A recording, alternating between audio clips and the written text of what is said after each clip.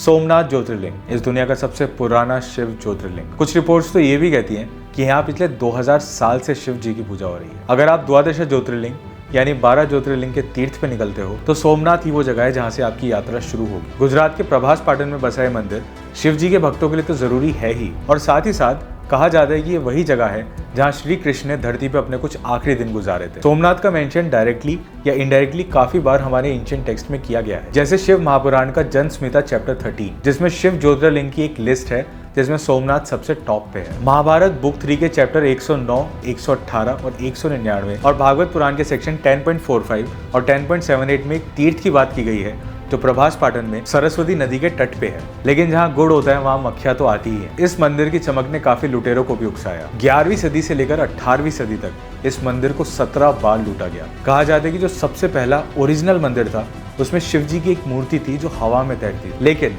कमाल की बात यह है कि 700 सालों तक 17 बार लूटे जाने के बाद भी आज ये मंदिर हमारे देश के टॉप 10 रिचेस्ट टेम्पल्स में से एक है और इसकी कुल संपत्ति है 9000 करोड़ की। तो ये सब चीजें जानने के बाद मन में एक सवाल आता है कि इस मंदिर में ऐसा क्या है कि इतनी बार तबाह किए जाने के बाद भी भक्तों ने वापस उसी जगह पर मंदिर को वापस बनाया। इन्हीं सब चीजों के बारे में हम इस वीडियो में बात करेंगे।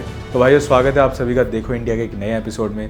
मैं हूं आपका दोस्त प्रज्वल अग्रवाल और इस वीडियो में हम जानेंगे सोमनाथ मंदिर के पीछे की कहानी। सोमनाथ संस्कृत में सोम को बोलते हैं चंद्र और नाथ को बोलते हैं भगवान, तो सोमनाथ हो गया चंद्र के भगवान यानी चंद्रदेव। तो इतना तो क्लियर है कि इस मंदिर का चंद्रदेव से कुछ तो रिलेशन है। ये कहानी शुरू होती है प्रजापति दक्ष से जो ब्रह्मा जी के बेटे थे। अब हिंदुइज्म में प्रजापति एक पोस्ट है जिसका मतलब है द एजेंट ऑफ क्रिएशन, मतलब इनकी जिम्मेदारी है कि ब्रह्मा जी की इस क्रिएशन में लाइफ को लेके आना, और इसके लिए इनके बहुत सारे बच्चे थे। तो एक बार प्रजापति दक्ष ने अपनी 27 बेटियों की शादी चंद्रदेव से करवा दी थी। अब जैसे जैसे समय बीता तो चंद्रदेव का रुझाव अपनी एक पत्नी रोहिणी की तरफ ज्यादा रहने लगा, और स्वाभाविक है कि इस बात से उनकी बाकी 26 पत्नियां खुश नहीं थी। वो सभी अपने पिता के पास जाती है और उन्हें ये स्थिति बताती है। प्रजापति दक्ष फिर चंद्रदेव के पास जाते हैं और उनसे विनती करते हैं कि वो उनकी बेटियों में कोई भेदभाव ना करें, लेकिन प्रजापति के बार बार कहने के बाद भी चंद्रदेव नहीं माने। अब इस बात पे प्रजापति को बहुत गुस्सा आ गया और वो अपनी बेटियों की ये हालत नहीं देख पा रहे थे। गुस्से में आके वो चंद्रदेव को श्राप देते हैं कि ये जो चमक है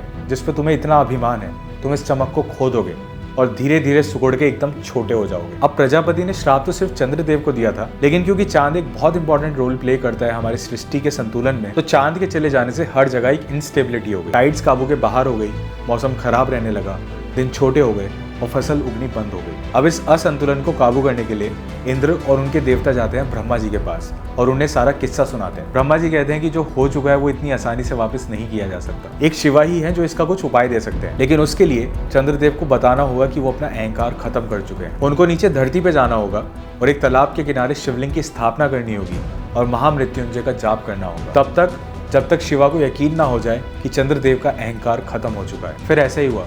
चंद्रदेव ने पूरे अनुष्ठान के साथ शिव जी की आराधना की। रोज सुबह तालाब में डुबकी लगाते थे और फिर पूरा समय तपस करते थे, और फिर 6 महीने की तपस्या के बाद शिवा उनसे खुश हो जाते हैं और उस शिवलिंग में उन्हें दर्शन देते हैं। शिवा को महसूस करके चंद्रदेव खुशी से रोने लगे। शिवा पूछते हैं कि बताओ क्या चाहिए तुम्हें? तो चंद्रदेव कहते हैं कि मेरे को पहले जैसा चमकदार बना दो। तो शिवा कहते हैं कि तुमने अपनी पत्नियों का अपमान किया है। मैं प्रजापति के श्राप को वापस तो नहीं ले सकता, लेकिन उसको थोड़ा सा मॉडिफाई कर सकता हूँ। तो शिवा कहते हैं कि तुम अब से एक चंद्र चक्र में बंध जाओगे। पहले 15 दिन तुम अंधेरे से अपनी पूरी चमक पे जाओगे, लेकिन अगले 15 दिन तुम पूरी चमक से वापस अंधेरे पे आ जाओगे। इससे तुम्हें तुम्हारी गलती याद रहेगी और तुम्हारे अंदर अहंकार वापस नहीं आएगा। अब जिस शिवलिंग में शिवा प्रकट हुए थे वही आज सोमनाथ ज्योतिर्लिंग है, और जिस जगह उन्होंने तपस्या की थी उस जगह का नाम पड़ गया प्रभास, जिसका मतलब होता है अत्यंत चमकदार। ये भी कहा जाता है कि श्री कृष्ण ने अपना निश्चय शरीर सोमनाथ के पास ही एक जंगल में छोड़ा था और उसको आज बलका तीर्थ के नाम से जाना जाता है, और वो सोमनाथ मंदिर से मात्र 4 किलोमीटर की दूरी पे है। तो चलिए अब थोड़ी सी बात करते हैं सोमनाथ मंदिर की। जो सबसे पहला सोमनाथ मंदिर था